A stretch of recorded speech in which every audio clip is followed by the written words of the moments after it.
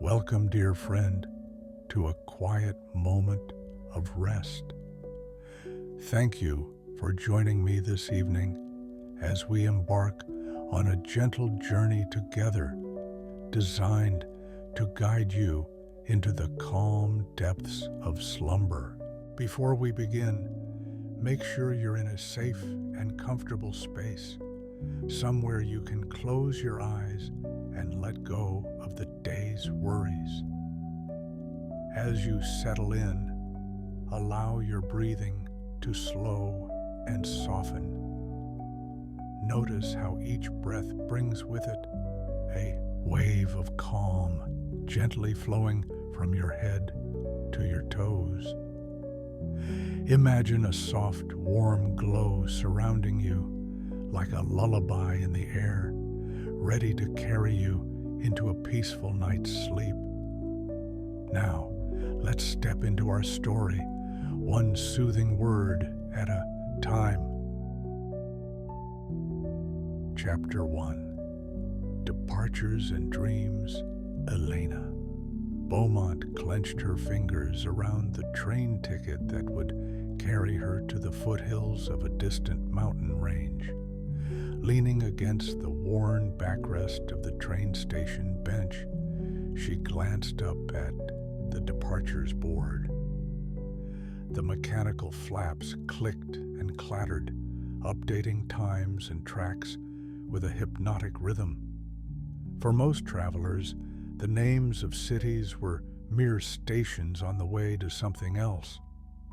For Elena, the remote Alpine village, Engelhaven, spelled out in soft, ghost-like letters, felt like an invitation to a new life. She inhaled a measured breath, recalling how swiftly she had made the decision to leave her old existence behind. Just a few weeks earlier, she had woken to her cramped city apartment, her mind thick with the weight of her mother's passing. Memories of hospital corridors, the muted beep of medical machines, and her mother's last gentle squeeze of her hand lingered like a haunting refrain. Grief pressed on Elena's chest, squeezing the joy from her daily life. Instead of returning to her office job and mechanical routine, she had sat at her kitchen table with a cup of cold tea, searching for alpine retreats on a whim. A photograph of a lush green meadow skirted by snow-capped peaks had seized her attention. It had been posted by a woman named Magdalena, who was offering a summer cottage for rent. In that moment, Elena's heart had made a choice that her mind had only just begun to comprehend. She stood up from the bench as her train was announced. The locomotive hissed, steam and heat pouring out in ghostly waves.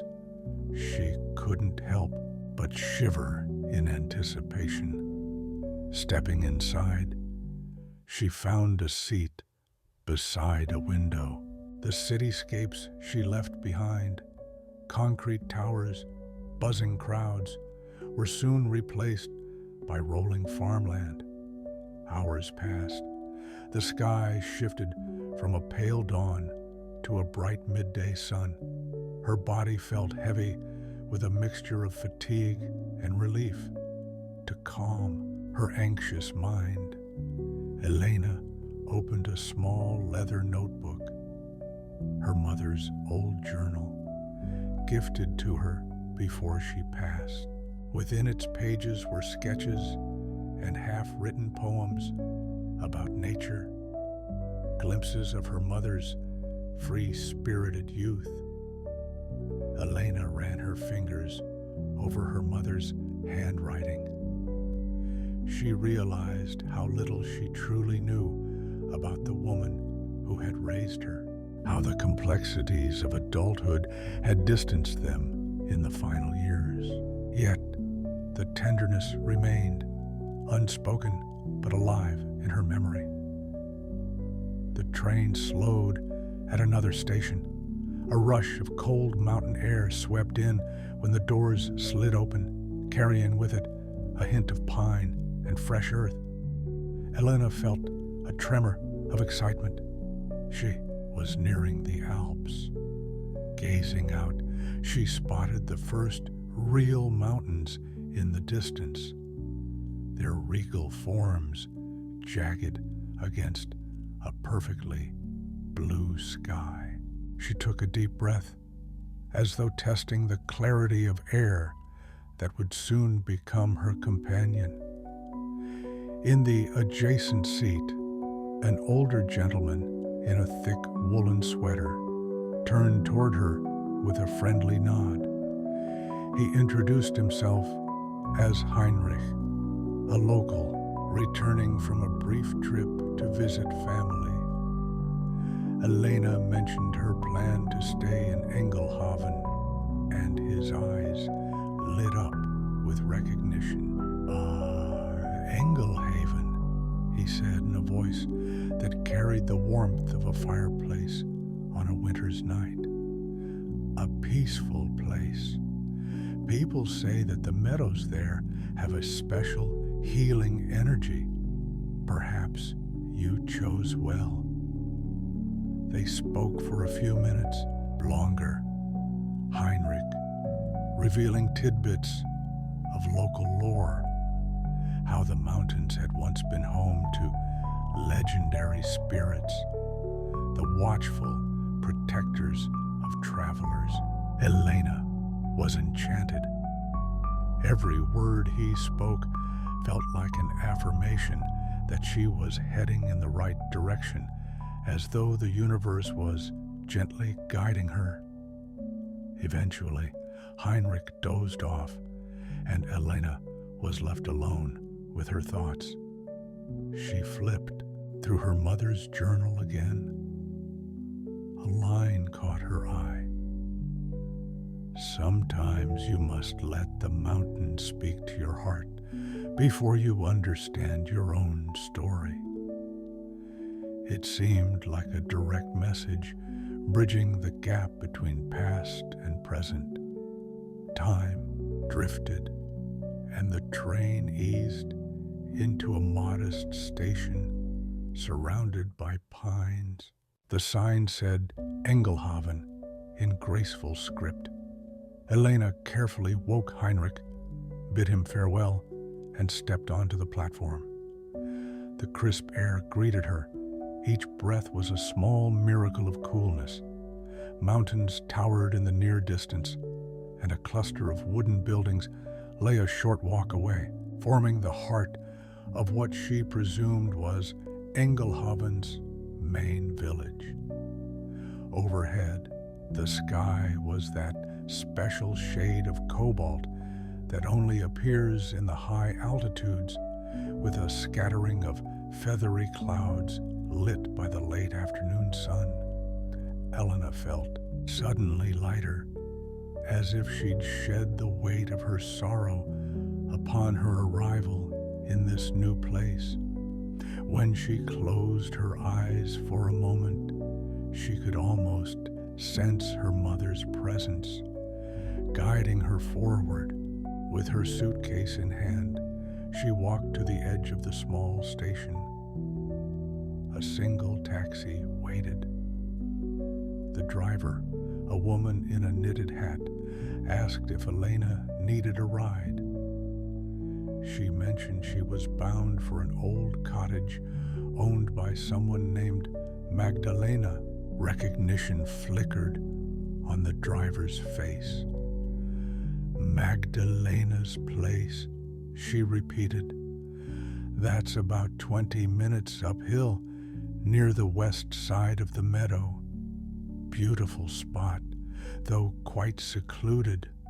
Hop on in, I'll get you there. As the taxi rumbled along a winding road, Elena looked out at her surroundings with wide-eyed fascination. Clusters of wildflowers dotted the verges, pale yellows and lavender hues bursting through patches of green. Pastures spread out, dotted with grazing goats and the occasional barn. Higher up, the hills continued their ascent until they brushed against the stony edges of the mountains. She opened the window, letting the cool wind tangle her hair, inhaling the subtle fragrance of alpine herbs. Upon arriving at the cottage, Elena's heart gave a small leap. Constructed of aged timber and sporting a low-slung roof, it seemed as if it had grown out of the earth itself. Potted geraniums sat on the windowsills, their red blossoms vibrant against the weathered wood. A handwritten welcome note was taped to the door. "Welcome, Elena. I hope this place becomes your sanctuary. Magdalena." She pushed open the door and stepped inside. The interior was modest, a small living room with a stone fireplace, a kitchenette separated by a half wall, and a narrow staircase leading to a loft bedroom. The floors were scuffed in places, but a woven rug and a few well-chosen decorations gave the place warmth. It smelled of pine resin and old books. Some windows were open, and she could see glimpses of the meadow beyond, sunlight pouring in. Setting down her suitcase, Elena let her fingers run across the wooden furniture. A soft wave of gratitude washed over her. She still felt the ache of losing her mother and the remnants of burnout from her busy city life. But she also felt the stirring of something new, a faint optimism. She glimpsed her reflection in the mirror above the mantel. A young woman, hair slightly disheveled, eyes bright with the potential for discovery. She did not yet know how profoundly this place would change her, but she sensed that the mountains and the meadow were calling. She would answer, and so her journey began, with the setting sun casting amber light across the horizon. Elena stood on the threshold of her new life, hopeful that each breath of clean air might be a balm for her hurting soul. The mountains outside were silent, watchful giants, ready to share their secrets. Tomorrow, she decided, she would explore the paths winding up those slopes and step into the meadow she had only seen in pictures. Tonight, she would sleep in the cottage, listening to the gentle hush of the alpine breeze, a lullaby of new beginnings, beckoning her toward the promise of serenity and healing.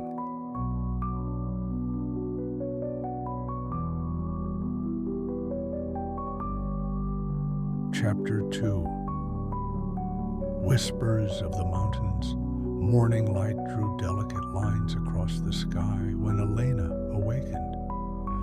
She had slept in the loft bedroom, lulled by the distant hush of the wind and the comforting crackle of the fireplace. Rising from the small bed, she leaned on the windowsill and stared at the panorama before her, an expansive meadow flanked by evergreen trees and distant peaks.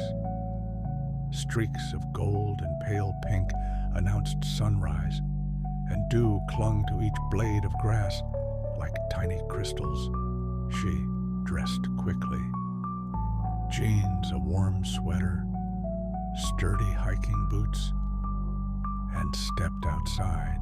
The air was crisp and carried the scent of damp earth and pine needles.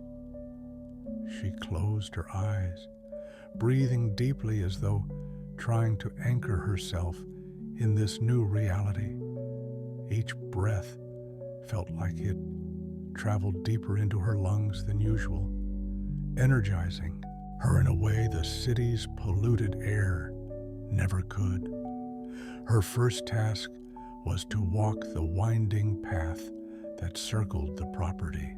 The meadow grass brushed against her boots, and the coolness of the morning made her cheeks flush. Birds chirped overhead, greeting the day with songs of optimism. The path led her to the edge of a small clearing where a wooden bench overlooked a gentle slope descending toward a narrow creek. She sat down, letting her mind wander. A few stanzas from her mother's journal danced in her memory. In the hush of dawn, the mountains speak without sound, telling us we're home. The lines seemed more than mere words. They were an invocation, a plea to connect with something larger than herself. Elena ran her fingers over the bench's rough surface, worn by weather and time. For the first time in months, maybe even years, she did nothing but exist in the moment. No hurry, no nagging sense of obligations unfulfilled, just the pulse of nature and the steady rhythm of her own breath. Not long after, she decided to explore a bit further. Following the path parallel to the creek, she admired clusters of wildflowers, edelweiss, gentian, and alpine poppies. Their colors formed a natural mosaic, each petal delicate yet vibrant. Grasshoppers leaped at her approach, and once in a while, she would spot a marmot scuttling across a rock, pausing to chitter at her in what felt like polite curiosity. She eventually came upon a small wooden bridge crossing the creek. Its planks squeaked softly underfoot, and peering over the side, she saw water rushing over smooth stones, creating tiny whirlpools of foam. The sound was both powerful and meditative, a gentle roar that spoke of unceasing renewal. Taking a moment to linger, she watched the water swirl around pebbles. It reminded her of life's ceaseless flow, carrying memories and experiences forward, whether she was ready or not. To her surprise, she heard the crunch of gravel behind her. She turned to see Magdalena, the caretaker who had rented the cottage to her. A tall, slender woman in her 60s, Magdalena had a face tanned by years of mountain sun. She wore a scarf around her neck and greeted Elena with a warm, open smile. "I see you found one of my favorite spots," Magdalena said, nodding at the creek. "The water is cold, even in summer. Glacial melt from high up in the mountains." Elena returned the smile. "It's mesmerizing. I could stand here all day." Magdalena stepped onto the bridge, resting a hand on the railing. "I come by every week to check on the property, tend to the garden, and make sure everything is as it should be. How are you settling in? The cottage is lovely, Elena said earnestly. It feels like a home already. Magdalena smiled knowingly. These mountains have a way of embracing newcomers. I hope you find what you're looking for. She paused, a glint in her eyes. Or perhaps you'll find what you didn't know you needed. They both watched the creek for a moment, letting the roar of water fill the quiet between them. Eventually, Magdalena cleared her throat. Today, a few villagers are gathering in the square for a small market. Fresh produce, local cheeses, that sort of thing. Might be a good way to meet people. Elena nodded. She did need groceries, but she also felt the pull of solitude. However, making local connections would likely enrich her time here. After Magdalena departed, Elena lingered on the bridge a bit longer, absorbing the energy of the rushing water as though it might cleanse her own mental debris. By late morning, she found herself in Engelhaven's tiny central square. Colorful pennant banners hung between stone buildings. A handful of stalls showcased produce, tomatoes, carrots, leafy greens, and potatoes.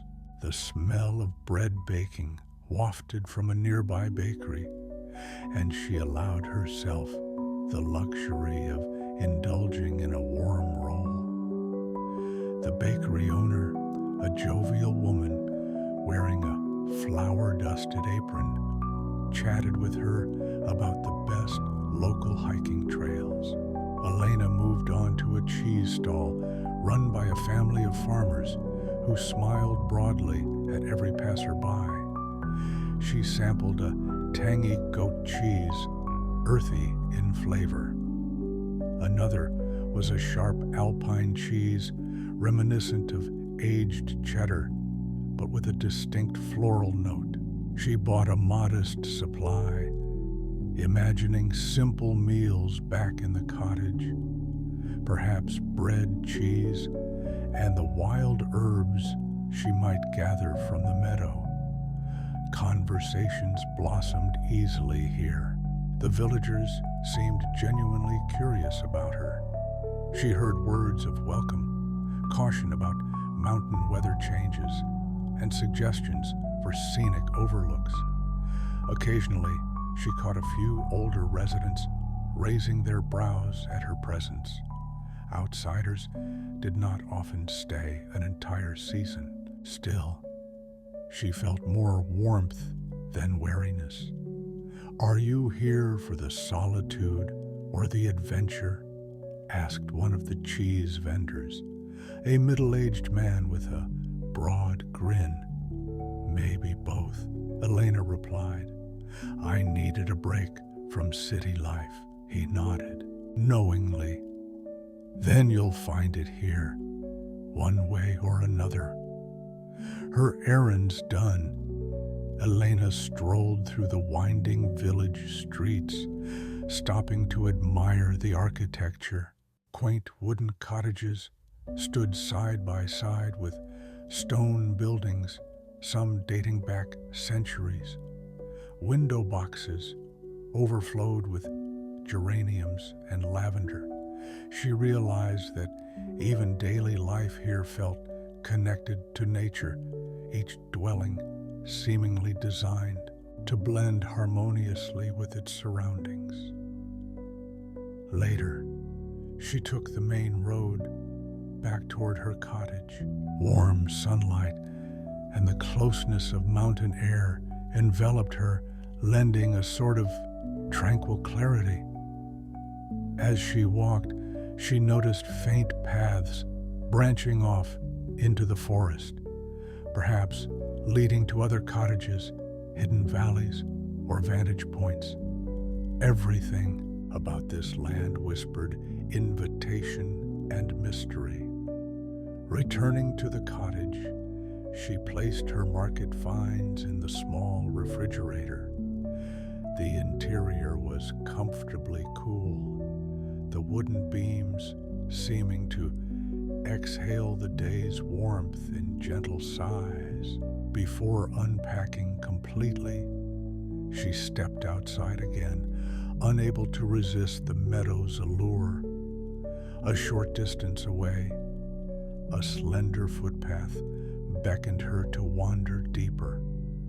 With the late afternoon sun at her back, she followed it, each footstep accompanied by the soft rustle of grass. At a bend in the path, she paused, the mountains towering before her as silent guardians. In the calm, she almost thought she could hear them breathe, or at least sense their silent whisper. You are welcome here if you are ready to listen.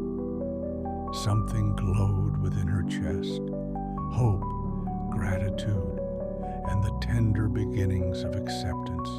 She didn't know what chapters of her life would be written in this place, but for the first time since her mother's passing, she felt that the future might not only hold pain, but also the possibility of growth and peace. And so, between the gentle hush of the pines and the echo of the mountains, Elena felt the stirrings of a new dawn in her heart. The day had been simple, yet full. And in that simplicity, she found a whisper of what she had come here to seek: healing, and perhaps a deeper understanding of herself.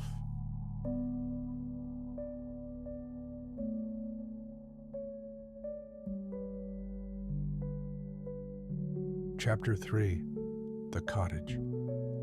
Under the pines. That evening, Elena lit a small fire in the stone fireplace of her cottage.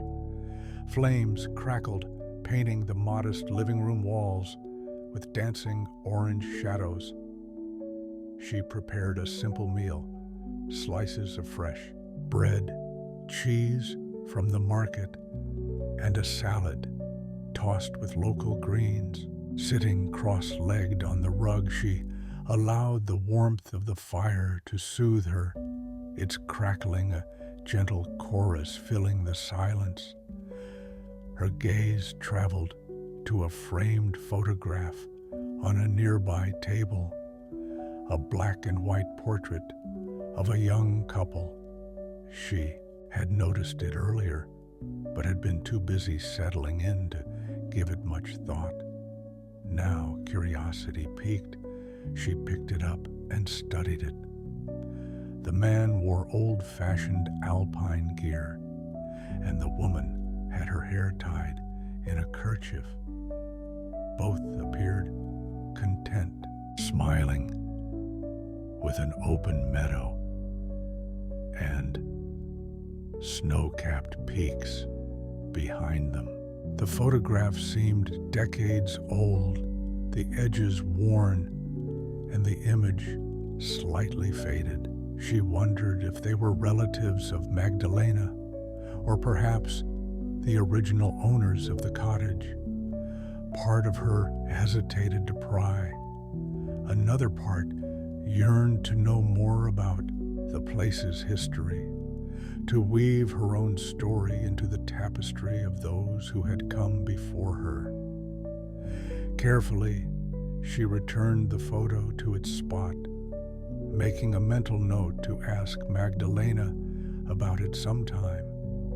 A sudden draft swept through the room, rustling the pages of her mother's journal, which lay on the coffee table. The wind outside had picked up, and she could hear the soft sigh of pine boughs brushing against the roof. Stepping to the window, she drew the curtains and caught a glimpse of the moonlight illuminating the meadow beyond. Silvery outlines of grass and distant fir trees shimmered like a secret kingdom in the dark. Instead of feeling isolated, she felt cocooned by the night. Outside, nature carried on its nightly ballet of breezes and starlight. Inside, she found a calm that had long eluded her. Returning to the fire, she flipped open her mother's journal to a random page. I once stood in a valley where the wind spoke of hidden wonders. The echo between mountains can unearth truths we hide even from ourselves. Elena ran her fingertips over the words. She couldn't recall her mother ever taking a trip to the Alps, but the lines hinted at some personal journey into a similar wilderness. Reading them felt like a private dialogue, a passing of wisdom from mother to daughter across time. The memory of her mother's last days still cast a shadow. She remembered sitting by the hospital bed, the hum of machinery, a relentless reminder of mortality. Through it all, her mother had been calm, as though she had made peace with her fate. Only once had she shown raw fear gripping Elena's hand. Find your joy, she had whispered. Don't wait. Tears welled in Elena's eyes at the recollection, but she blinked them away, focusing on the here and now. This mountain retreat was, in some sense, her attempt to honor that final wish. Gathering her thoughts, Elena decided to explore the cottage further. She discovered a tiny storage closet under the stairs. Inside, she found an old lantern, a well-worn map, and a pair of snowshoes. The map unfolded to reveal topographic lines and route markings of the surrounding region: mountains, valleys, meadows, and creeks. Certain trails were highlighted in different colors, an explorer's or hiker's code, perhaps. She traced a finger over a trail that wove across a ridge, ending at something called Bluebell Lake. The name alone was enchanting, conjuring images of clear waters ringed by flowers. Another folded piece of parchment fell to the floor, an older document perhaps. It depicted a sketch of an alpine meadow with swirling lines representing the wind. In the corner was a small symbol resembling a stylized bird. Elena wasn't sure what it meant, but it intrigued her. Clues of a larger story she might uncover during her stay. Returning the items to their place, she resolved to make use of the map soon. The idea of discovering hidden corners of the mountains excited her, as if each path led to a new revelation, both externally and within.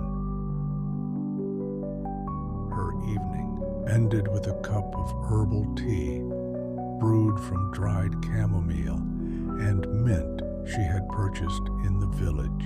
She sipped it slowly, letting the warmth run through her body. Outside, the wind had calmed, leaving only a serene hush. Above, the sky was likely awash with stars, though she couldn't see them through the closed curtains.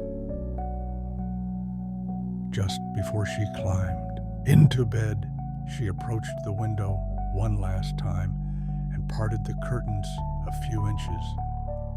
The moon now hung higher, illuminating the meadow like a pale beacon. She spotted 2 deer, silhouettes in the moonlight, grazing by the tree line. A wave of awe filled her. She was a guest in their realm, a visitor to a world that carried on with or without human interference. That night, Elena slept deeply, lulled by the gentle lullaby of the pine branches brushing against the eaves. Dreams floated in her mind, images of mountains, winding trails, and a distant figure calling her name. She didn't recognize the voice, but it carried comfort, urging her forward. When dawn broke, she awoke feeling more rested than she had in months. The sense of possibility stretched before her like the meadow outside. She realized with a jolt of excitement that for the first time in a long while, she was not bound by a strict schedule or immediate deadlines. The summer lay open like a blank canvas, waiting for her footprints to paint a story. In the cool morning light, she opened the door and inhaled a lungful of mountain air. The horizon was painted with the promise of another sun-kissed day. Her grief had not vanished, but it no longer felt like an anchor pulling her down.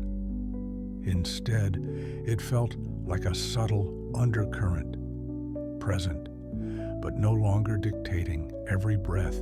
She walked a few steps out into the meadow, dew dampening the toes of her boots. A sense of reverence washed over her. If there was ever a place to find healing, to uncover fragments of lost joy, it was here, in the embrace of these ancient mountains and endless fields of green.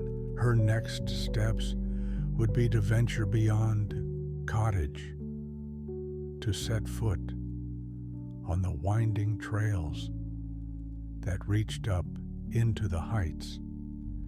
Even as she thought about it, she sensed a gentle pull, as though the peaks were calling her by name. And so she resolved to answer that call, step by step, breath by breath, until she could finally say that she had found her way forward, one walk through an alpine meadow at a time.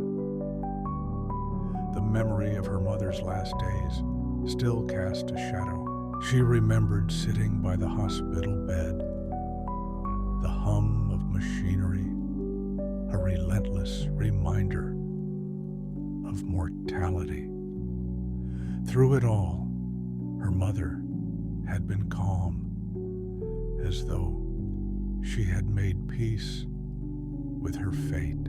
Only once had she shown raw fear, gripping Elena's hand. "Find your joy," she had whispered. "Don't wait." Tears welled in Elena's eyes at the recollection, but she blinked them away, focusing on the here and now. This mountain retreat was, in some sense, her attempt to honor that final wish. Gathering her thoughts, Elena decided to explore the cottage further. She discovered a tiny storage closet under the stairs. Inside, she found an old lantern, a well-worn map, and a pair of snowshoes. The map unfolded to reveal topographic lines and route markings of the surrounding region: mountains, valleys, meadows, and creeks.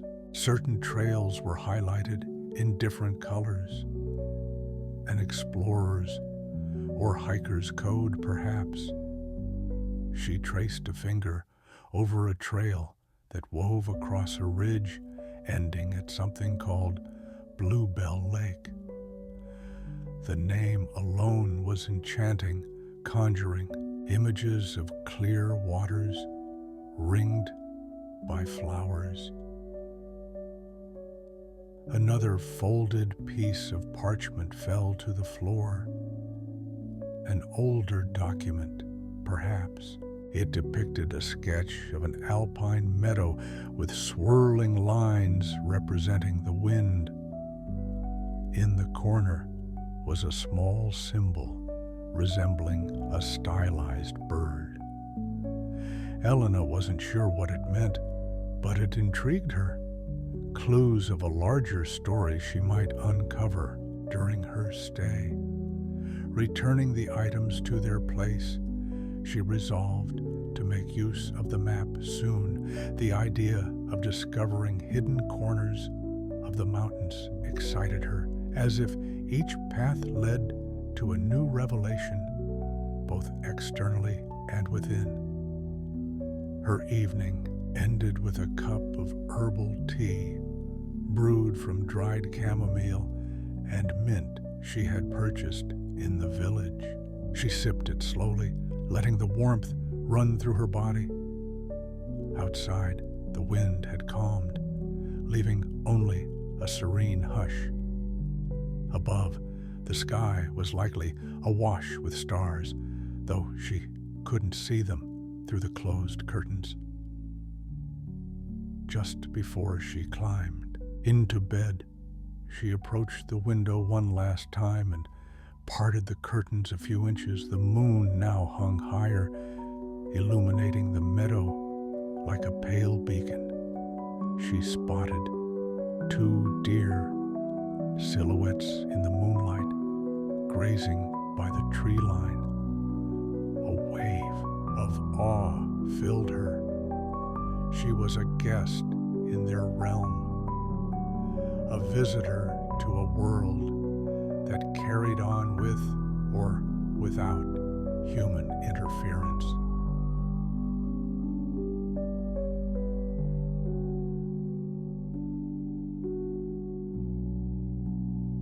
Chapter 4. First Light in the Alpine Meadow. On the morning of her first dedicated hike, Elena woke before the sun broke the horizon. The cottage was cool, the air tinged with the faint smell of pine smoke from the fireplace. She dressed quickly, layering a light thermal shirt, a sturdy sweater, and a waterproof jacket. Her mother's journal went into her pack, along with a water bottle, some dried fruit, and a small packet of trail mix she had picked up at the village store.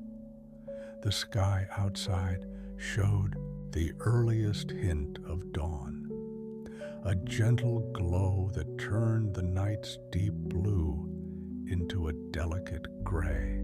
She stepped onto the porch, quietly shutting the door behind her, as if trying not to disturb the sleeping meadow. Yet even at this hour, birds were beginning their morning chorus, warbling greetings in a language she could almost understand if she closed her eyes and listened carefully. She followed the same path behind the cottage that meandered down to the small creek. The grass, laden with dew, sparkled under the first weak rays of light. A gentle mist rose in patches, giving the meadow an ethereal air. When she reached the creek, she paused to take a sip of water, cupping her hands and dipping them into the clear flow. It was icy cold, and the shock of it on her lips made her gasp quietly. The flavor was pure, tinged with the essence of rocks and earth, mountain water in its elemental form. Crossing the wooden bridge, she set her sights on a faint trail that wound upward through clusters of pine and spruce. Before diving into the forest, she turned to look back at the meadow. The sun was just peeking above the horizon, its golden light igniting the dewdrops, turning them into a shimmering tapestry. In that moment, Elena felt a surge of emotion, gratitude for being alive, for having the choice to be here, and a sense of awe at nature's unhurried perfection. The forest trail was soft underfoot, covered in a carpet of fallen pine needles. Tall trunks rose around her like silent guardians. Here, the birdsong changed to echoing chirps and trills. She caught glimpses of small animals rustling through the undergrowth. The air smelled of damp wood, resin, and the faint sweetness of decaying leaves. Further along, she reached a fork in the path. One way led steeply upward, while the other continued at a gentler incline. Uncertain which to choose, she recalled the map she had found, but she hadn't memorized every detail. On impulse, she decided to take the steeper route, drawn by the prospect of a panoramic view. The climb quickly grew challenging. Loose gravel and exposed roots made the ascent tricky, forcing her to steady herself against tree trunks. Her breathing became labored, but with each lungful of crisp mountain air, she felt more alive. Sunlight filtered through the canopy overhead, casting patches of warmth on the forest floor. Eventually, the trail opened into a clearing with a sheer rock ledge overlooking a wide valley. Here, the pines parted, allowing a stunning view of distant peaks draped in early sunlight. The valley below was a patchwork of meadows, streams, and rocky outcrops. Elena found a flat boulder to sit on, her legs hanging over the edge. She drank in the scene like a starved traveler at a banquet. She took a moment to rest, nibbling on dried fruit.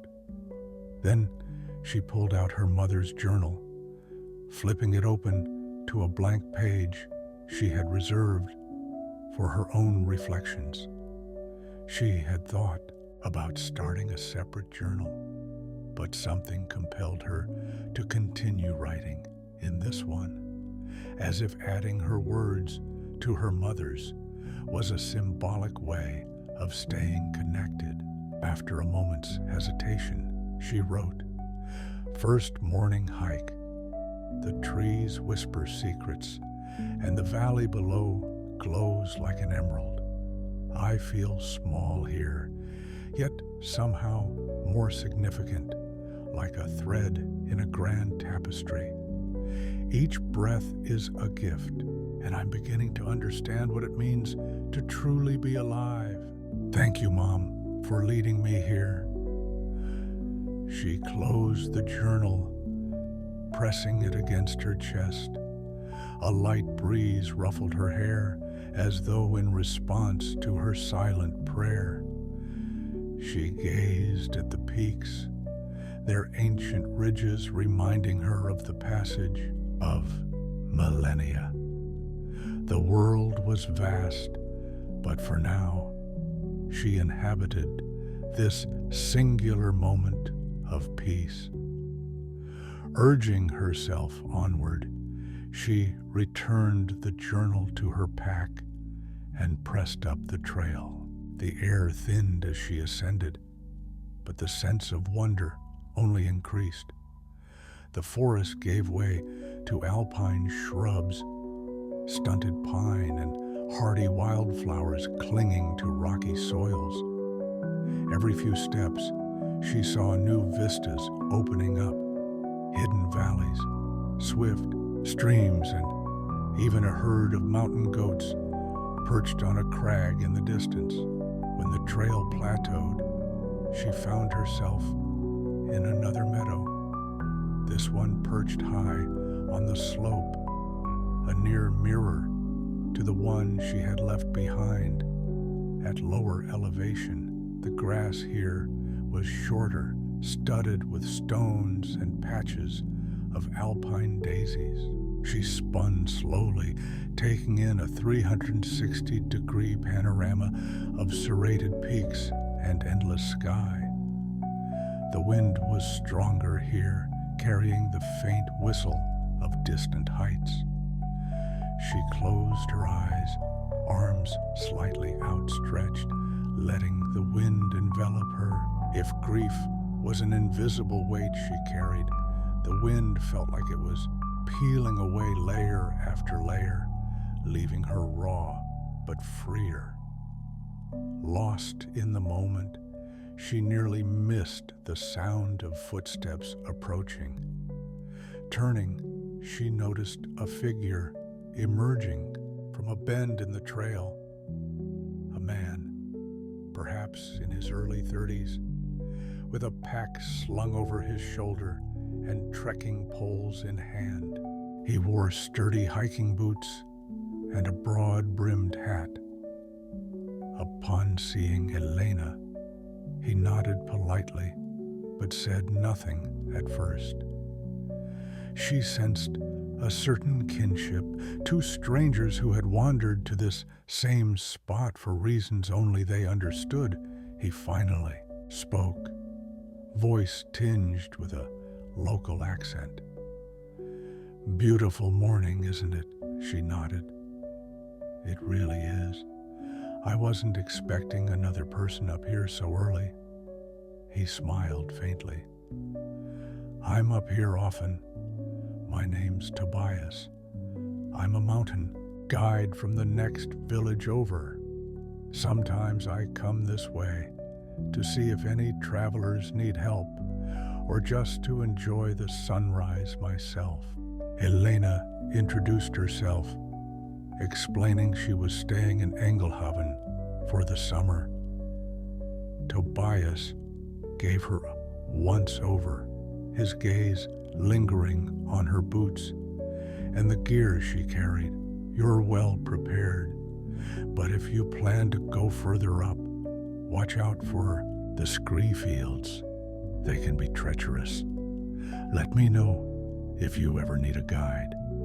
She thanked him and asked about other trails she might explore. He described a route looping around a glacier-fed lake, then descending into a hidden valley that fewer tourists visited. His instructions were detailed. Take the fork after the third switchback. Watch for the rock shaped like a bear's head, and so on. Elena tried to commit the details to memory, though she suspected she might need that map next time. "You have the place to yourself, mostly," Tobias added. "Not many outsiders come for an entire season. They pass through for a weekend or a few days. You might discover things here the casual visitor never does." Elena sensed an undercurrent to his words, perhaps an unspoken knowledge of the land and its deeper mysteries. Before she could ask more, he touched the brim of his hat in a friendly gesture and continued along the trail. Eli watched him go, considering the offer of guidance. There was something about Tobias that exuded a quiet confidence, the aura of one who belonged in these mountains. Turning back to the valley, spread below, she exhaled slowly. A swirl of optimism bubbled up, mingling with the remnants of her grief in a way that felt oddly harmonious. She wasn't entirely healed. She suspected that kind of finality didn't exist, but she was at least on a path toward wholeness. It was mid-morning by the time she began her descent. Clouds drifted lazily across the sky. The world seemed awake now, alive with motion and possibility. In the distance, the church bell of a far-off village chimed, echoing over the ridges. Step by step, Elena made her way down the winding path, each breath tasting of fresh mountain air and hope.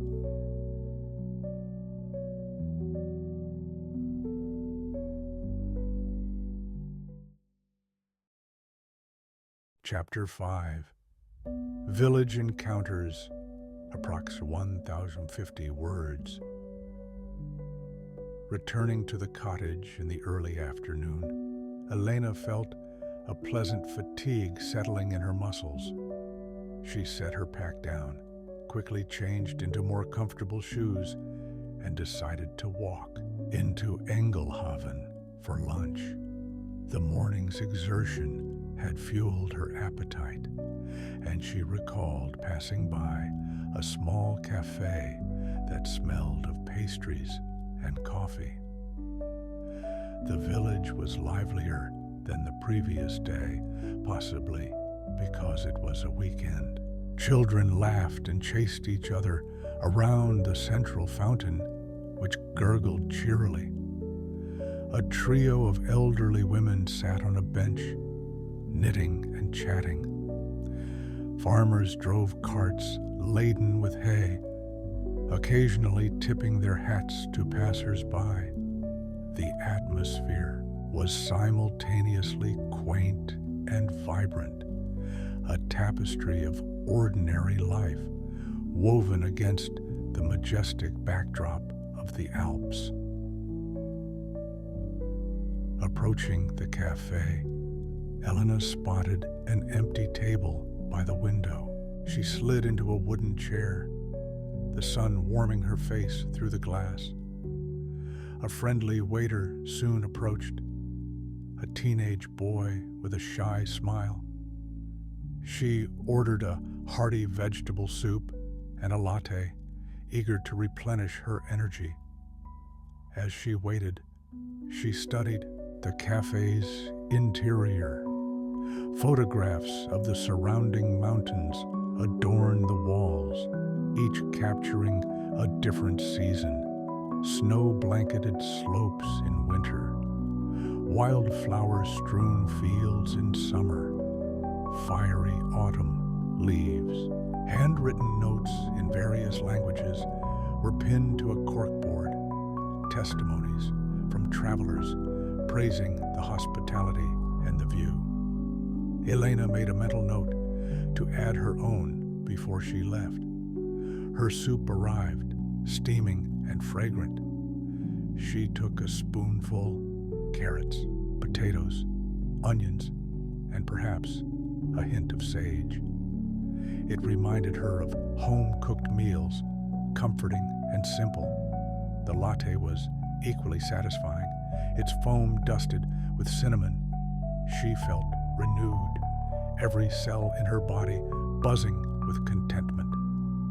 Midway through her meal, a cheerful voice spoke from behind her. "I thought I might see you here."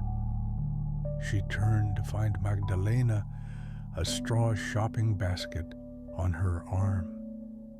"May I join you for a moment?" "Of course," Elena replied, gesturing to the seat across from her. Magdalena settled down, setting her basket aside. It contained a loaf of rustic bread, a wedge of cheese, and some vegetables. I was just picking up groceries, she explained. I had a feeling you'd end up at this cafe after your hike. You look radiant. It must have been wonderful up there. Elena smiled. It was beyond words. I ran into a mountain guide named Tobias. He suggested some trails for me to explore. A knowing look came over Magdalena's face. Ah, Tobias. He knows these mountains like the back of his hand. A good fellow. Be sure to take his advice about the scree fields, though. That's no joke. Elena nodded, mentally filing away the caution. Thanks for the tip. By the way, I found an old photograph in the cottage. A young couple in what looks like alpine gear. Do you know who they are? Magdalena's expression softened. Oh, that must be my grandparents. They built that cottage many years ago as a honeymoon retreat. Eventually, they settled permanently in Engelhoven, and it's been in my family ever since. I spent many summers up there in my youth, running through the meadow and learning the old stories. A wave of warmth spread through Elena. The cottage suddenly felt even more special, an heirloom of love and tradition. They look so happy in that photo, she commented. It's a wonderful legacy. The older woman nodded. They were, and I hope that same sense of peace finds you. You seem like someone who could use a little rest for the soul. Elena's eyes flickered downward, an involuntary response. She hesitated, then decided to open up a bit. I'm grieving. My mother died recently. Everything back home felt suffocating, so I took the chance to come here. Magdalena reached across the table and gently placed a hand over Elena's. Her voice was quiet, understanding. I am sorry for your loss. Grief has its own rhythms, and sometimes distance from the familiar can help us hear it more clearly. Elena felt a lump in her throat. She nodded, grateful for the kindness. I just needed a place to breathe again. Magdalena squeezed Elena's hand once before withdrawing. You chose well.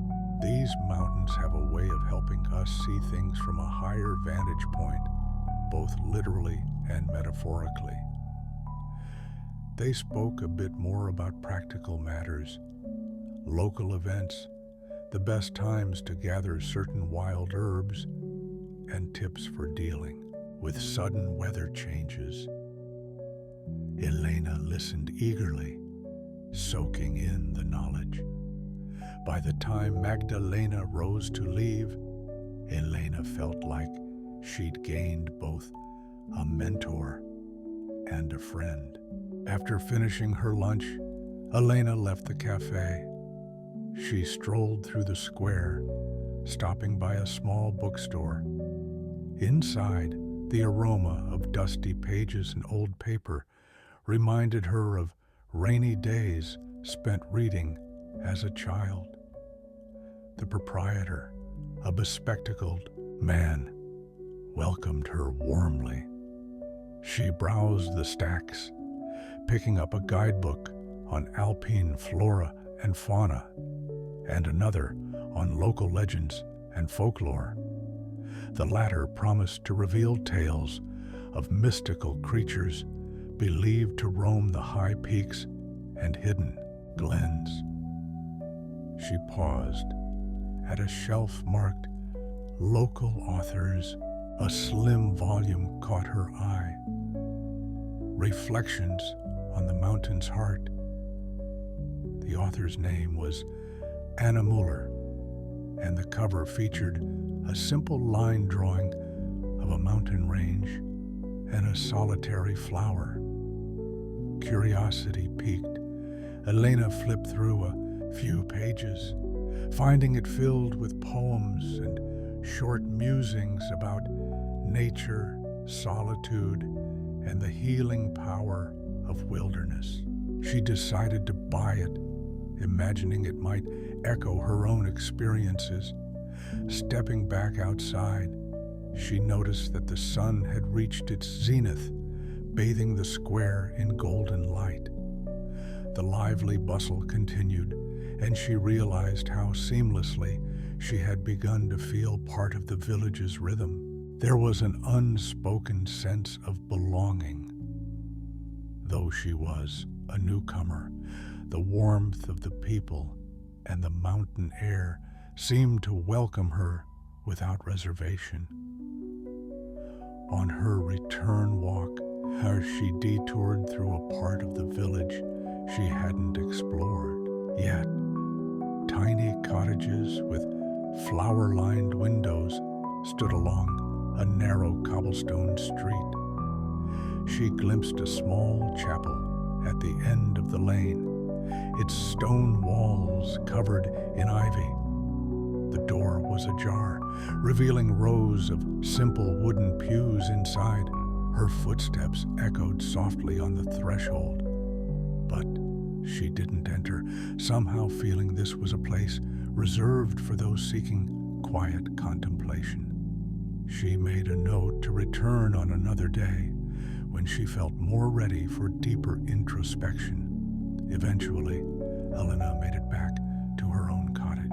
The sunlight in the meadow had shifted into afternoon glow, highlighting the vibrant greens of the grass and the dark silhouettes of pine trees in stark contrast. Grateful for the day's small gifts, her hike, the cafe meal, the conversation with Magdalena, she unpacked her new books and set them on a small wooden desk by a window. Outside, the breeze whispered through the grass, and the sky stretched open above the peaks. In that moment, she felt neither rush nor pressure, only the gentle, persistent pull of life unfolding naturally. She thought again of her mother's advice: find your joy, don't wait. Perhaps in this alpine haven, she had taken the first true steps toward living those words.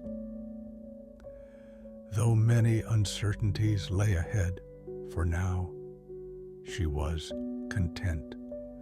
Her lungs filled with fresh mountain air, and her heart with a renewed sense of possibility. One day at a time, one foot in front of the other, she walked toward the healing she so desperately sought, and so continued her journey through the alpine meadow, buoyed by the steady rhythm of hope.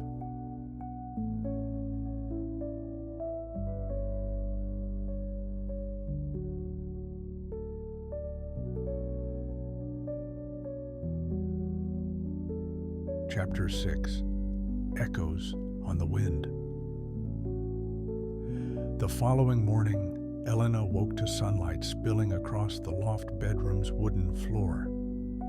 Overnight, wisps of cloud had drifted over the mountains, and now the sky was a mottled canvas of pale blues and luminous whites. She felt a languid sense of comfort cocooning her, an after effect of the prior day's hike and the easeful warmth of the village cafe. After dressing, she made her way outside. The meadow grass, still damp with dew, sparkled in the light. Inhaling deeply, she detected the sweet fragrance of wild thyme and clover. It reminded her of childhood summer camps, back when life felt simpler and unburdened. Her plan was to delve deeper into the hillside trails, but a gentle breeze rustled the cottages, wooden shutters carrying a new sound, a distant music, faint yet melodic. Curious, she set her day pack on the porch and followed the breeze to the far edge of the meadow. She peered across a low stone fence and spotted what looked like a roadside shrine or small wayside chapel. Beyond it, the land dipped into a shallow valley. As she walked closer, the music grew louder, haunting notes that rose and fell like wind over a ridge. Eventually, she came upon a solitary man playing a traditional wooden flute while leaning against an old oak. His dark hair fell across his forehead, and he wore a simple linen shirt tucked into rugged trousers. He was lost in his own reverie, eyes closed as he coaxed a flowing melody from the instrument.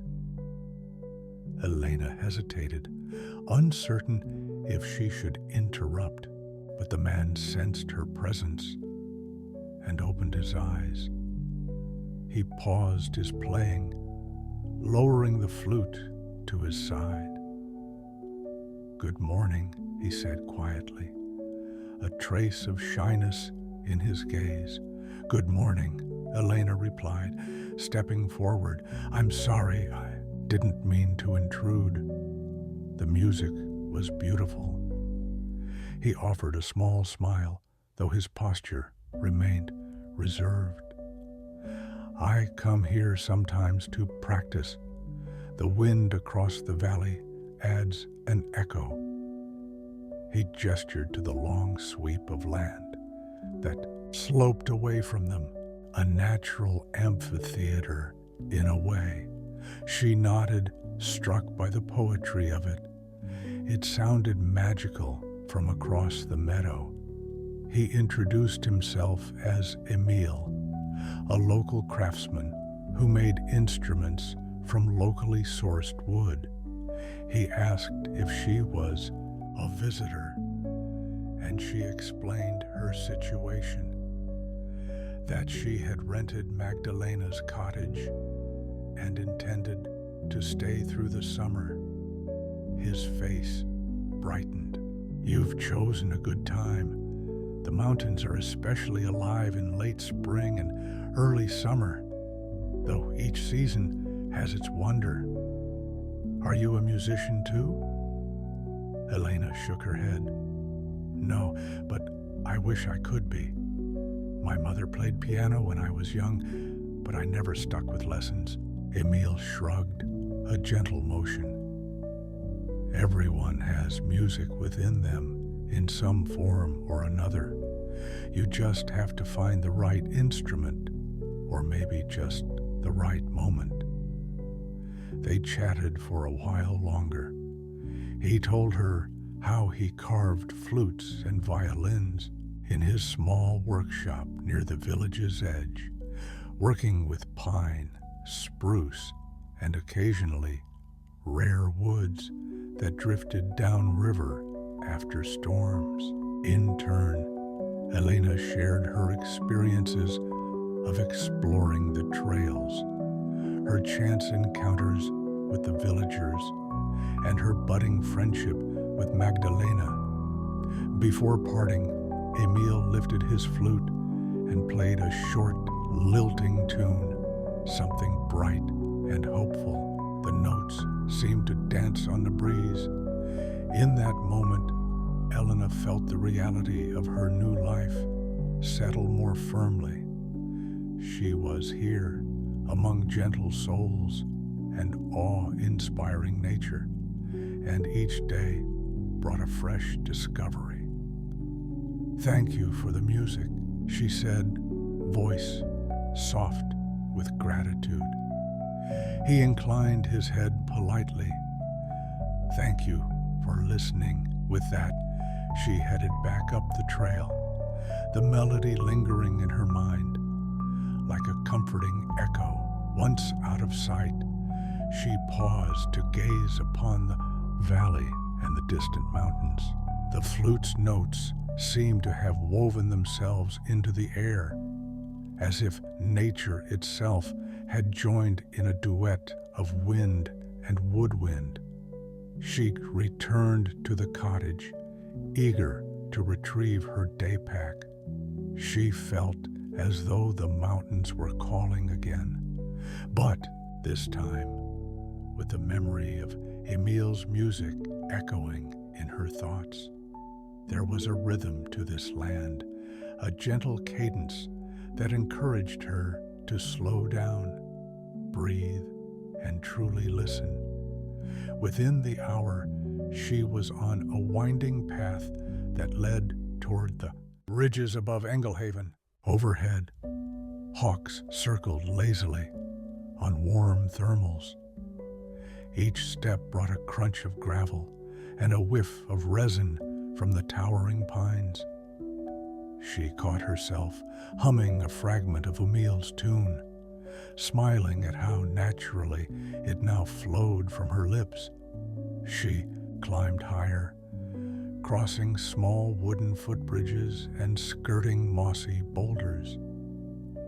Eventually, she reached a rocky outcrop overlooking another section of the village, where clusters of farmhouses dotted the patchwork of fields. From this vantage point, Engelhaven looked even smaller, a cluster of life cradled in the arms of vast wilderness. A breeze ruffled her hair, cool and insistent. She closed her eyes, allowing the wind's voice to mingle with the memory of the flute. For a fleeting moment, she sensed the deep hum of the mountains, an ancient resonance of stone and earth that thrummed in the background of her awareness. Perhaps it was just her imagination, but it didn't matter. She felt connected. In that stillness, she remembered the final weeks with her mother. The hospital's stark white halls, the steady beep of monitors, the quiet dignity of a life ebbing away. She felt a pang of sorrow, yet in the same breath, she felt gratitude for being guided to this place. Even as tears threatened to well, the wind seemed to carry them away, leaving a soft ache that reminded her of love. Opening her eyes, she took a final long look at the panorama. Then she shouldered her pack and turned to descend, mindful of her footing on the loose gravel. Each step whispered of transformation, as though the echoes on the wind might carry away the ghosts of the past and bring forth a new melody, one in which she could find solace and strength. By the time she returned to the cottage, late afternoon sunlight stretched her shadow across the meadow. She felt physically tired, but spiritually alive. Strains of Emil's flute still lingered at the edge of her consciousness, weaving together with the steady pulse of her heartbeat. Inside, she warmed water for tea, watching steam rise in curling tendrils. Sinking into a worn armchair, she found herself humming once more. The tune was an homage to the wind, to Emile's flute, and to the distant voices of the mountains that resonated just beneath her grief.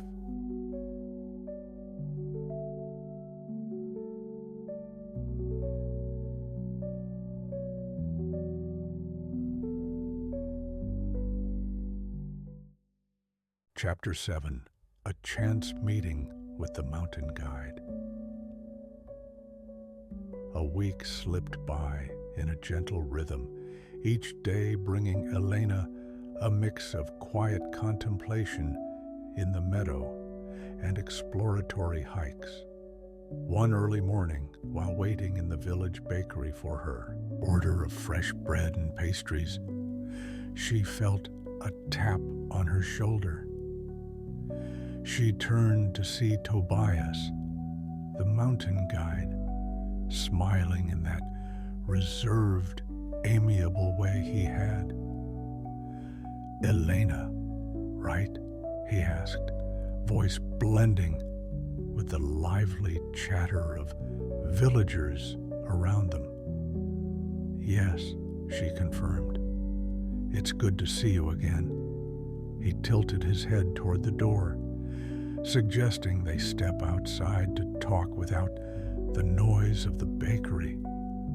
The sky outside was a flawless blue, promising good weather for outdoor adventures. The aroma of fresh bread and coffee lingered, wafting through the open door as they found a quiet corner by a wooden bench. "I wanted to let you know," Tobias said, adjusting the brim of his hat, "that I'm taking a small group up to a place called Bluebell Lake tomorrow. It's an easier trek, but the scenery is stunning. I recall you said you were interested in exploring new trails. If you'd like to come along, you're welcome."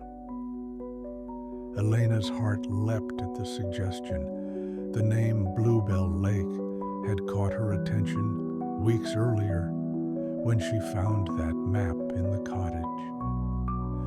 A shimmering lake framed by wildflowers sounded idyllic, almost too perfect to be real.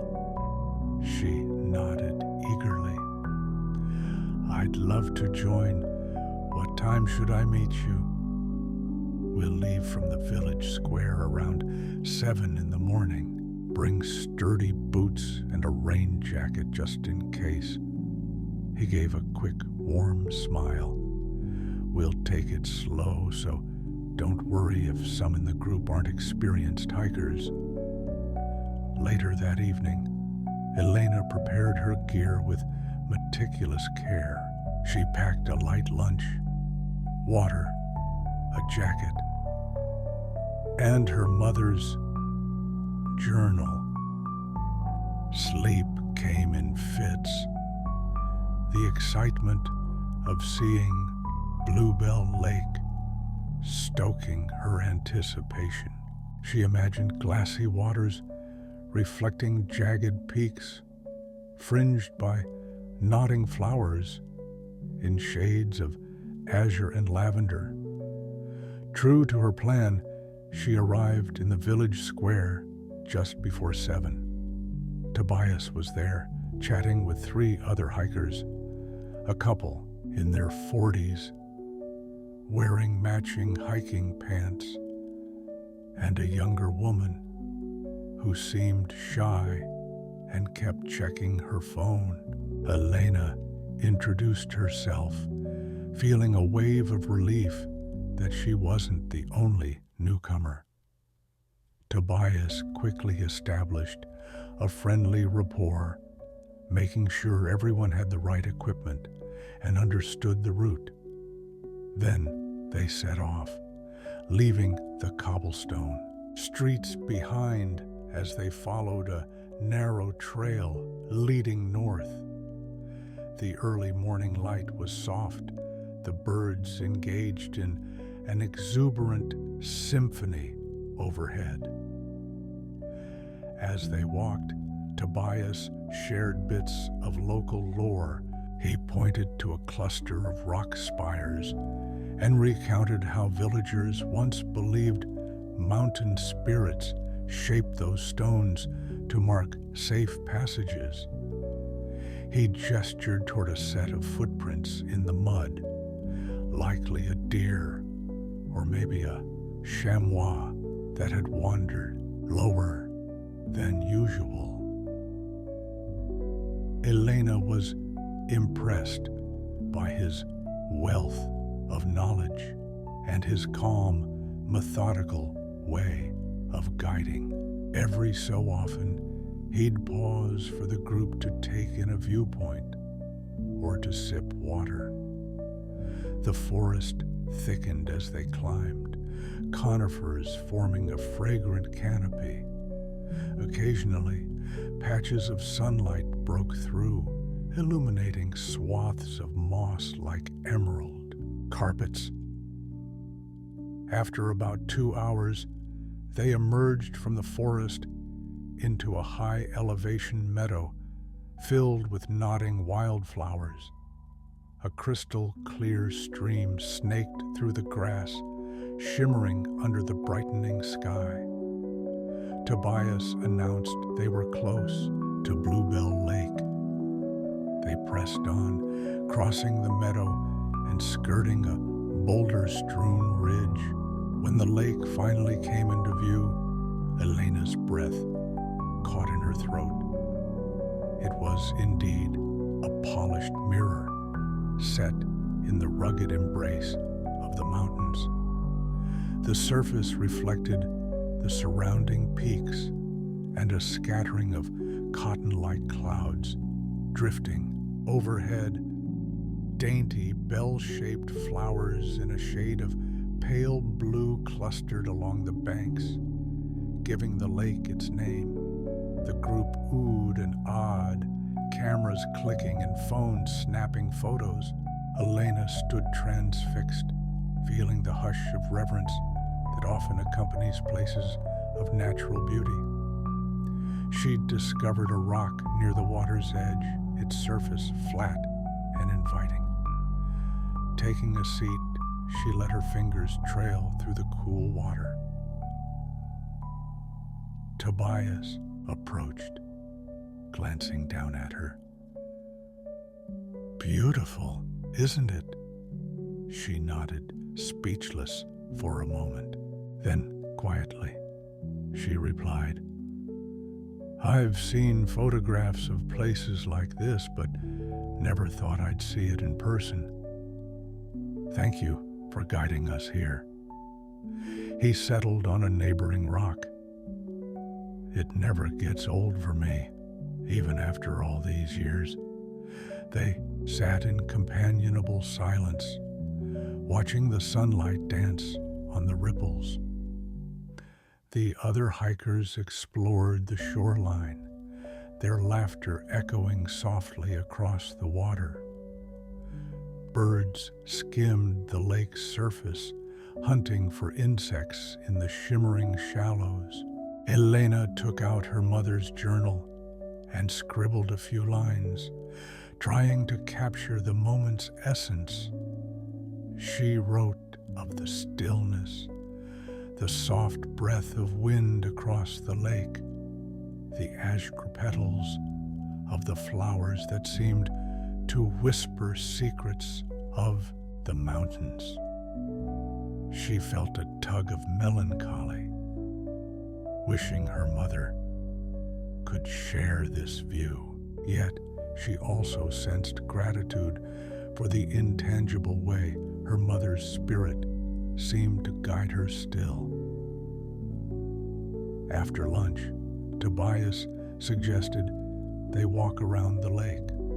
The loop was short, offering different vantage points, rocky outcroppings, a small cascade feeding into the basin, and a meadow slope bursting with more bluebells. Conversation flowed easily among the hikers, though Elena noticed Tobias frequently pausing to study the sky. Clouds were gathering at the mountaintops, drifting toward them in a slow but purposeful crawl. By mid-afternoon, the group began the return journey, mindful of potential rain. As they traversed a forested slope, droplets started to patter on the leaves overhead. Tobias urged them to pick up the pace, aiming to reach a well-maintained shelter a little way down. The rain became a steady shower by the time they arrived at a small timber hut. Inside, it was dry, with benches lining the walls and a rustic table in the center. The group waited out the downpour, sipping water and sharing snacks. The couple chatted about past travel adventures, while the younger woman tapped her phone, looking frustrated by the lack of reception. Elena sat by an open window, watching the rain blur the forest beyond. Tobias joined her, removing his hat and shaking off droplets. An afternoon storm in the mountains, he remarked, predictable in its unpredictability. She smiled at the phrase. Does it ever get dangerous? Sometimes, he admitted. Lightning can be a real threat at higher elevations. That's why it's good to keep an eye on the clouds. Better to be safe than risk an exposed ridge in a storm. As she listened to the tap-tap of raindrops on the roof, Elena sensed that the mountains had both a nurturing beauty and a fierce unpredictability. She felt respect and awe in equal measure. This was nature in its raw form, indifferent to human schedules. Soon the rain tapered off to a drizzle, and Tobias deemed it safe to continue. The group made their way back to Engelhoven, descending through wet, glistening foliage that sparkled as droplets caught the late afternoon light. By the time they reached the village, the sun emerged once again, burnishing the rooftops with a golden glow. They parted ways in the square, each thanking Tobias for his guidance. Elena lingered a moment, feeling a tinge of reluctance to leave the day's camaraderie behind. Tobias gave her a polite nod, adding, "Feel free to come along on any future hikes. I'll put a notice on the cafe's bulletin board when I plan the next one." Walking back to the cottage, damp boots squishing slightly in the grass, Elena felt buoyed by the experience. She had made new acquaintances, witnessed an incredible landscape, and discovered another piece of the Alpine puzzle. Though her grief still lay coiled within, moments like these offered gentle reprieves, windows through which hope and wonder could flow in.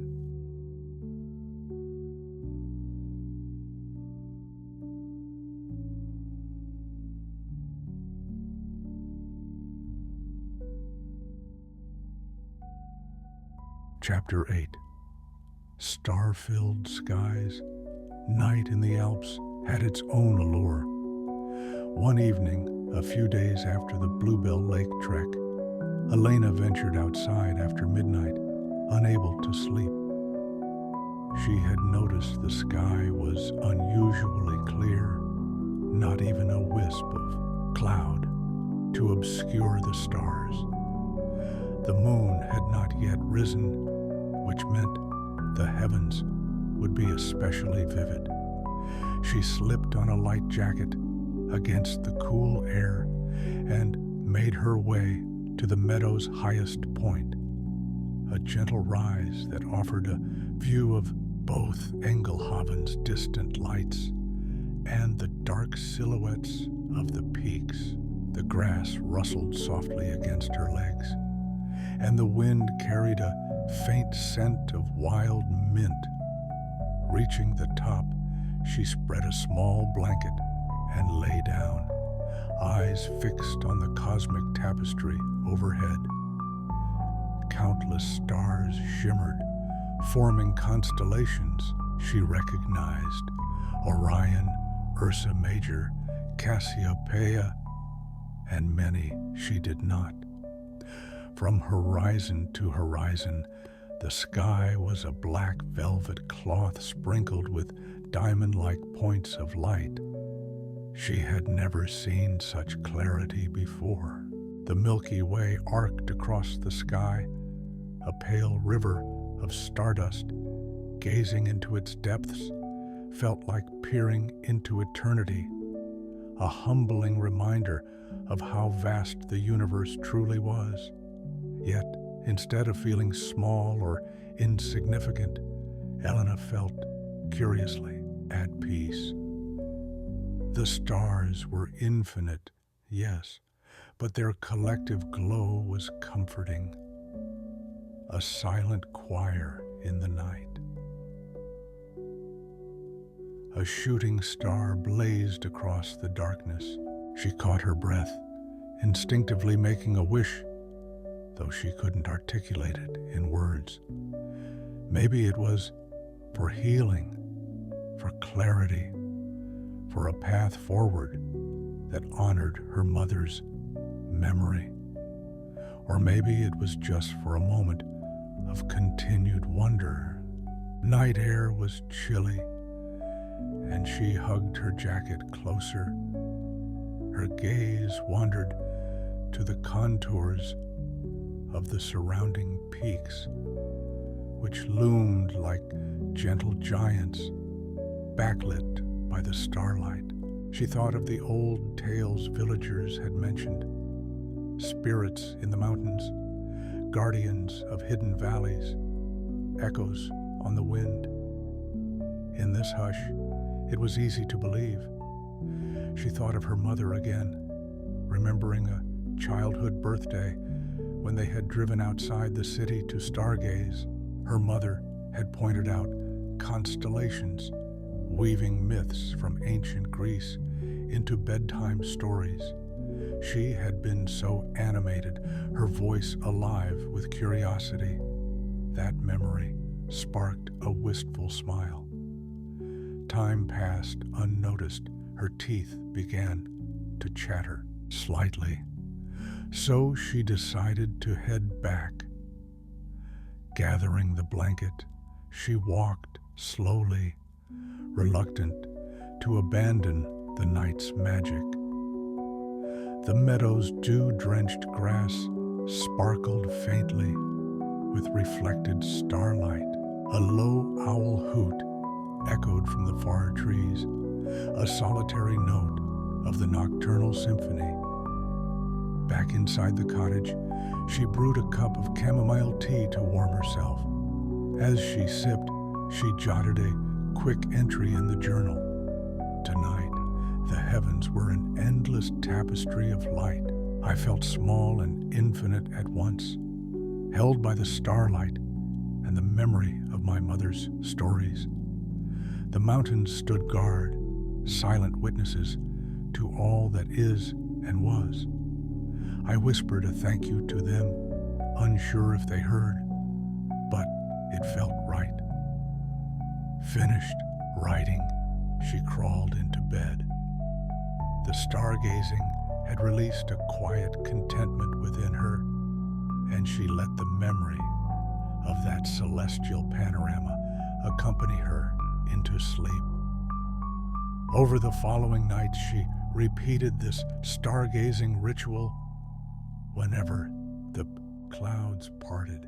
Sometimes she stayed only a few minutes, shivering in her pajamas. Other times, she lingered for an hour or more, letting thoughts and worries dissolve into the vastness above. She noticed how each night's sky shifted, constellations inching across the celestial dome, stars twinkling in slightly altered positions. Change, she realized, was the universe's constant. One particularly clear evening, she saw a faint band of northern lights flickering above a distant peak, an ethereal curtain of greenish blue.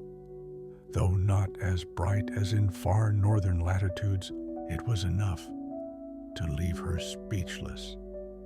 She felt as if she'd stumbled upon a secret cosmic dance. These nights under the stars came to mean more to her than simple sightseeing. They became a form of meditation, a silent dialogue between her soul and the cosmos.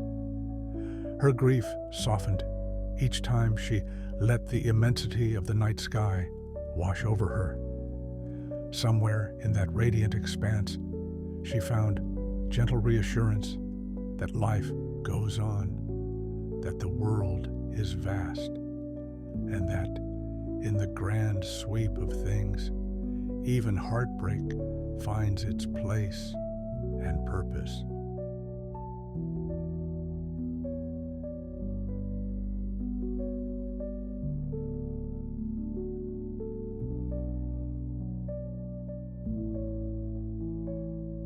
Chapter 9. The song of the stream Elena soon discovered that her favorite walks involved water.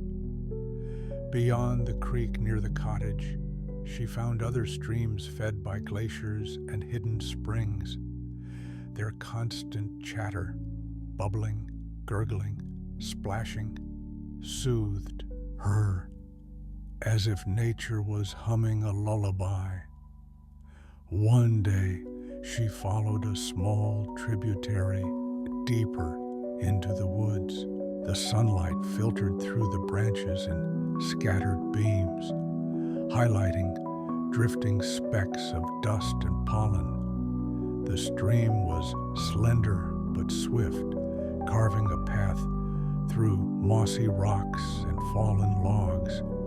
Occasionally, it widened into shallow pools where tiny fish darted among the stones. She was in no hurry, delighting in the simple act of exploring. She hopped from rock to rock, careful with her footing, until she stumbled upon an enchanting sight, a miniature waterfall, maybe 3 feet tall, tumbling over a rock ledge into a crystal basin. The water was so clear, she could see the pebbles on the bottom, each a different shade, amber, gray, jade green. Kneeling on a mossy boulder, she reached out and let the cool water rush over her fingers. Its gentle but insistent flow reminded her of the unstoppable nature of life's progress. No matter the obstacle, water finds a way around or through.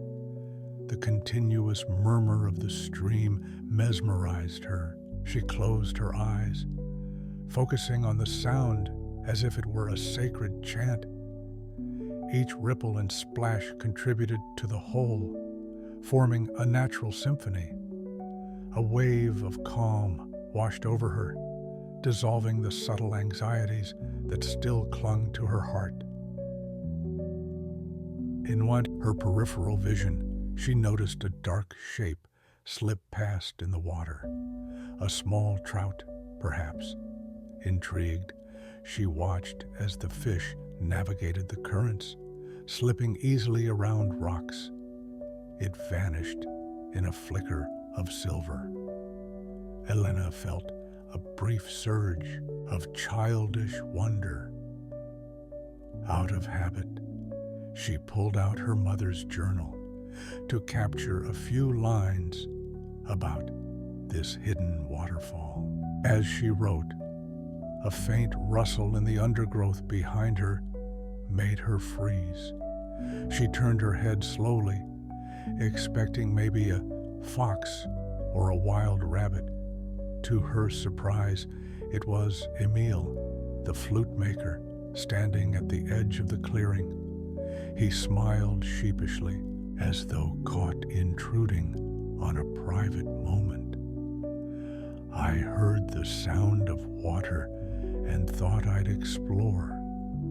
Didn't know I'd find someone else here. Elena smiled back, motioning him to come closer. It's a lovely spot, isn't it? Emile approached, carefully stepping across damp stones. He set down a small satchel, from which the end of a flute protruded. He crouched by the waterfall, letting the mist cool his cheeks. Nature's music, he said softly, marveling at the gushing water.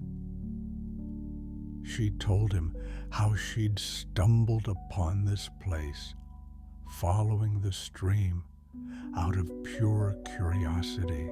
He grinned, reaching into his satchel to retrieve the wooden flute. Mind if I add my notes to the stream's song? She shook her head, delighted. Please do. Raising the instrument to his lips, Emile began to play. At first, he matched the cadence of the water, a gentle flowing melody that rose and fell with the burble of the falls. Then, with each phrase, he wove in new tones, sometimes echoing the wind in the pines above, sometimes complementing the stream's steady rhythm. Elena felt her entire being relax, drawn into the interplay of flute and waterfall. In that moment, the forest seemed alive with harmony. The swirl of water, the hush of leaves, and the warm undertones of Emile's music. She could almost see the notes dancing through sunbeams, shimmering in the air.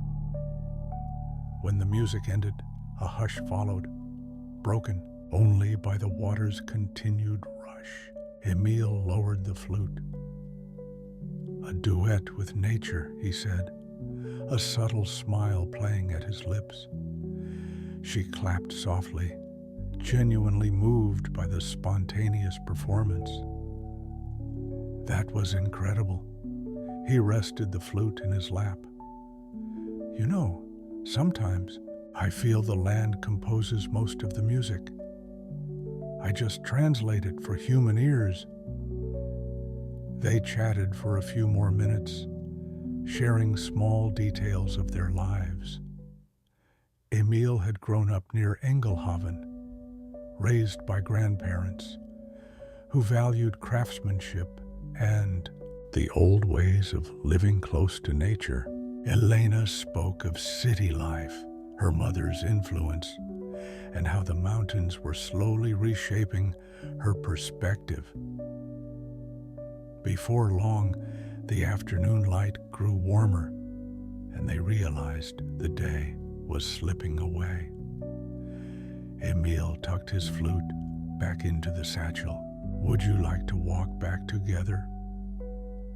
Elena nodded, gathering her journal and belongings. As they made their way along the stream, following it down toward lower ground, an easy companionship emerged between them. Conversation flowed like the water they trailed, sometimes quiet, sometimes lively, but always natural. Chapter 9. The song of the stream. Elena soon discovered that her favorite walks involved water. Beyond the creek near the cottage, she found other streams fed by glaciers and hidden springs. Their constant chatter, bubbling, gurgling, splashing, soothed her as if nature was humming a lullaby. One day, she followed a small tributary deeper into the woods. The sunlight filtered through the branches in scattered beams, highlighting drifting specks of dust and pollen. The stream was slender but swift, carving a path through mossy rocks and fallen logs. Occasionally, it widened into shallow pools where tiny fish darted among the stones. She was in no hurry, delighting in the simple act of exploring.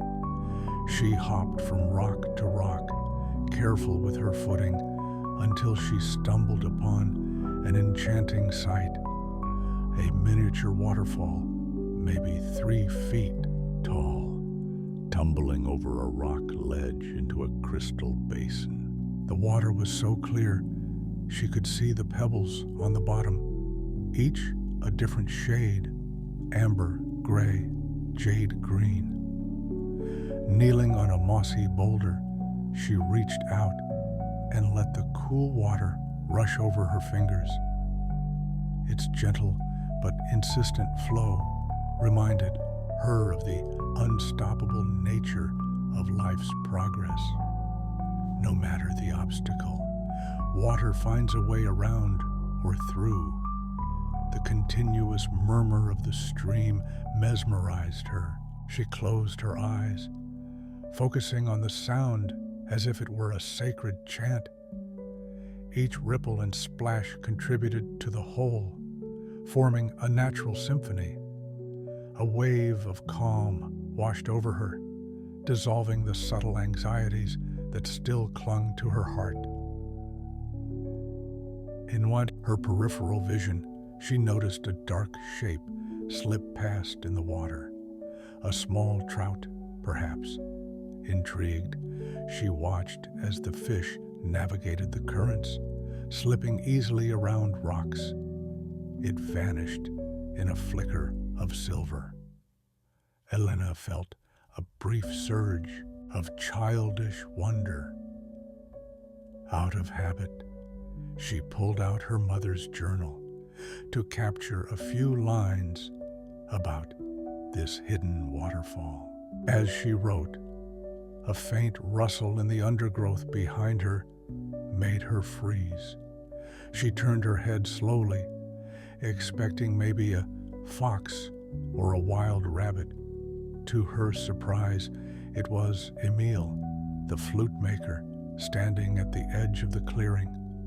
He smiled sheepishly, as though caught intruding on a private moment. I heard the sound of water and thought I'd explore. Didn't know I'd find someone else here. Elena smiled back, motioning him to come closer. It's a lovely spot, isn't it? Emile approached, carefully stepping across damp stones. He set down a small satchel, from which the end of a flute protruded. He crouched by the waterfall, letting the mist cool his cheeks. Nature's music, he said softly, marveling at the gushing water. She told him how she'd stumbled upon this place, following the stream out of pure curiosity. He grinned, reaching into his satchel to retrieve the wooden flute. Mind if I add my notes to the stream's song? She shook her head, delighted. Please do. Raising the instrument to his lips, Emile began to play. At first, he matched the cadence of the water, a gentle flowing melody that rose and fell with the burble of the falls. Then, with each phrase, He wove in new tones, sometimes echoing the wind in the pines above, sometimes complementing the stream's steady rhythm. Elena felt her entire being relax, drawn into the interplay of flute and waterfall. In that moment, the forest seemed alive with harmony. The swirl of water, the hush of leaves, and the warm undertones of Emil's music. She could almost see the notes dancing through sunbeams, shimmering in the air. When the music ended, a hush followed, broken only by the water's continued rush. Emil lowered the flute. "A duet with nature," he said, a subtle smile playing at his lips. She clapped softly, genuinely moved by the spontaneous performance. That was incredible. He rested the flute in his lap. "You know, sometimes I feel the land composes most of the music. I just translate it for human ears." They chatted for a few more minutes, sharing small details of their lives. Emil had grown up near Engelhoven, raised by grandparents who valued craftsmanship and the old ways of living close to nature. Elena spoke of city life, her mother's influence, and how the mountains were slowly reshaping her perspective. Before long, the afternoon light grew warmer, and they realized the day was slipping away. Emil tucked his flute back into the satchel. "Would you like to walk back together?" Elena nodded, gathering her journal and belongings. As they made their way along the stream, following it down toward lower ground, an easy companionship emerged between them. Conversation flowed like the water they trailed, sometimes quiet, sometimes lively, but always natural.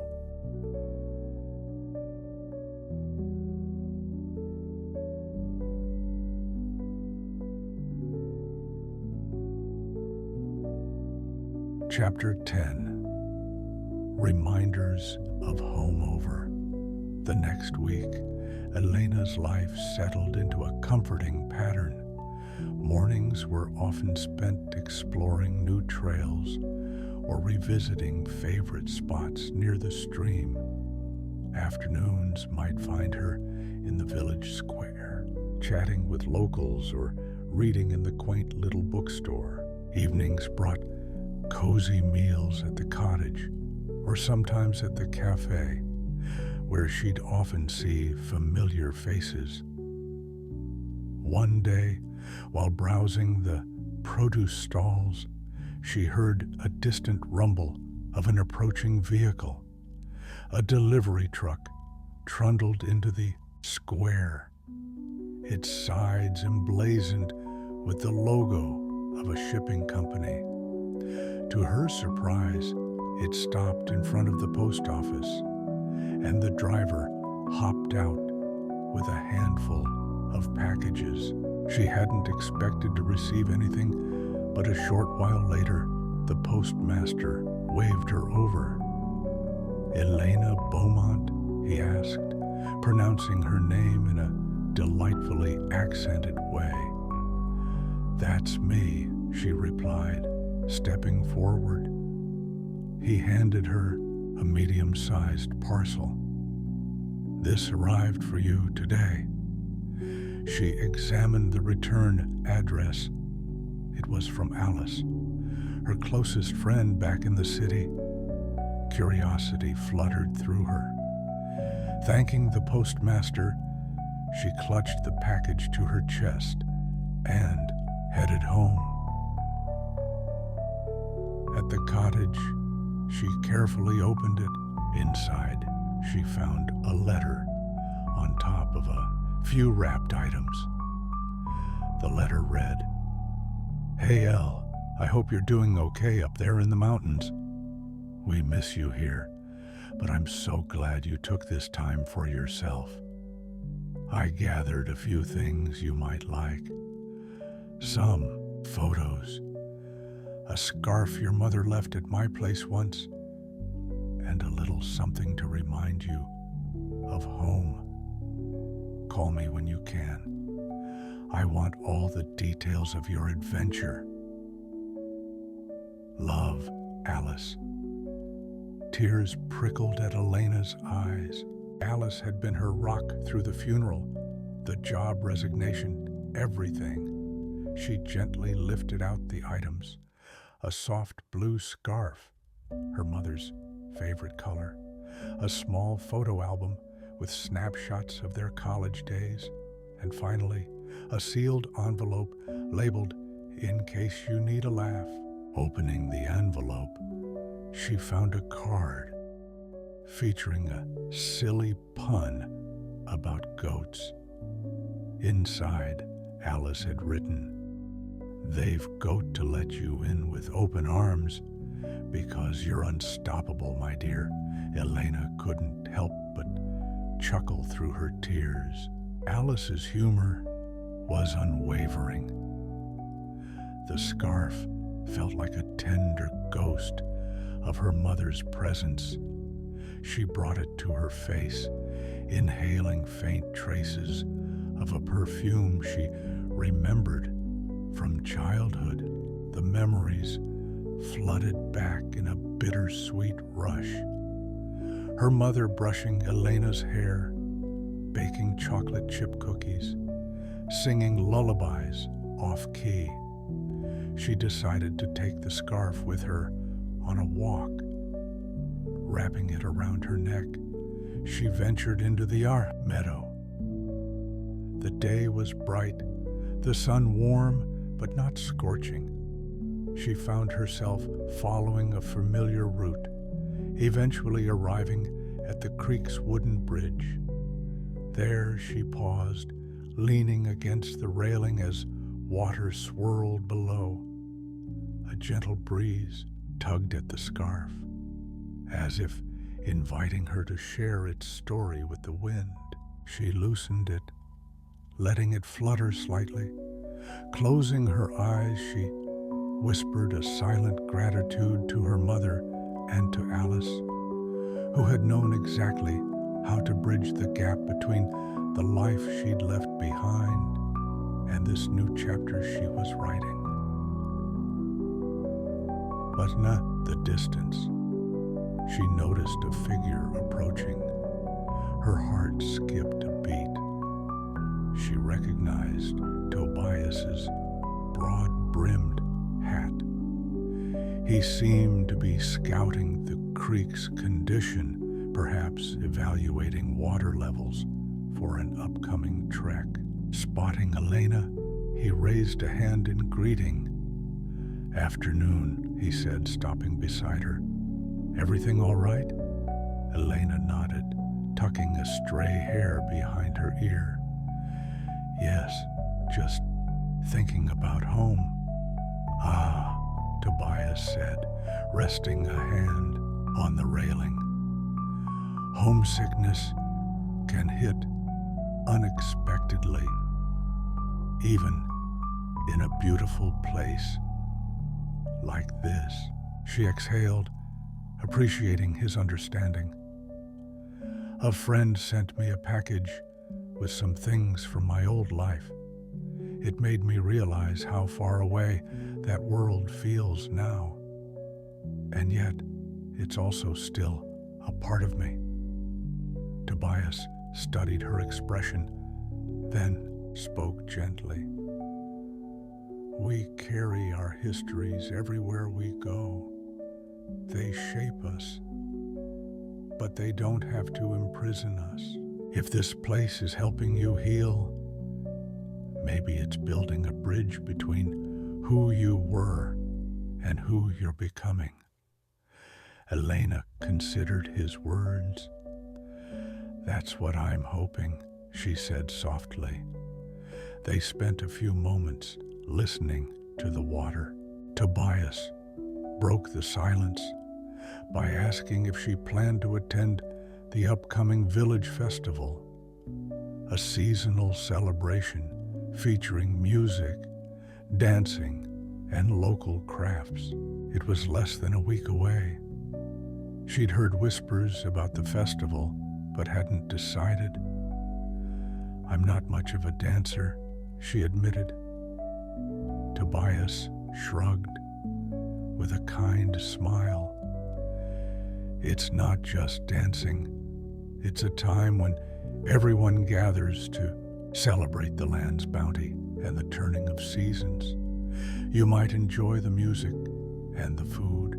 He explained that people from nearby hamlets often came, setting up stalls with handmade goods and homemade treats. There would be a small parade, some traditional songs, and a big bonfire at dusk. Elena felt a spark of excitement, picturing the village streets alive with color and laughter. "All right," she said, a hint of a grin forming. "I'll be there." They parted ways soon after, Tobias continuing upstream, and Elena heading back toward the cottage. Her heart felt lighter now, buoyed by a connection to both her old life and her new one. When she reached her porch, she carefully draped the scarf over a chair, letting it air out in the sunshine. For dinner, she whipped up a pot of vegetable soup, using the fresh produce she'd bought that morning. As the fragrant steam rose, she thought about the upcoming festival, about how many new faces and experiences awaited her. She also thought of Alice, and how she would love to share all these details when they next spoke. Later, as the sky shifted into shades of pink and gold, Elena stepped outside for one final breath of mountain air. The scarf glowed in the evening light, a tactile reminder of her mother. In her mind, she resolved that each day in Engelhoven was a gift, an opportunity to blend the best parts of her past with the unfolding promise of her present. Though sadness lingered, it no longer felt like a shroud. It was more akin to a gentle undertow in the vast river of her life, always present, but no longer overwhelming the flow of her future. With that comforting thought, she closed the door and settled in for the night, eager for whatever the new day would bring.